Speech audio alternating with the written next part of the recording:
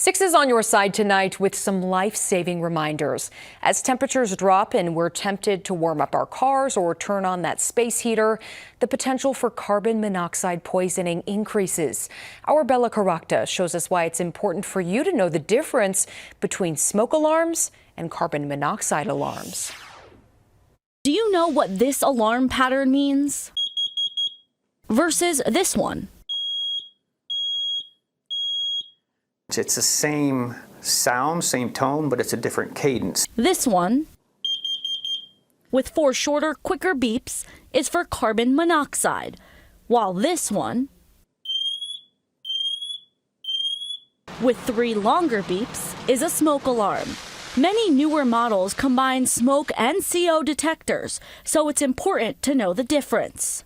Everybody's very, very familiar with smoke detectors, and they may not understand the difference. We want to make sure people don't ignore their CO alarms, and they also need to understand that. According to a recent report by the U.S. Consumer Product Safety Commission, more than half of all CO deaths happen in just 4 months of the year. The cold ones, November, December, January, and February. CO, they call it the silent killer, and it is for a reason. It's a colorless, odorless, tasteless gas, and that's why it's kind of nasty. That's why Captain Mike Godbout with the Council Bluffs Fire Department is warning people about CO poisoning. We can't prevent these emergencies from happening, but what we can do is if we educate people, we can keep them from getting really, really sick or even worse. He says you must report concerns about carbon monoxide.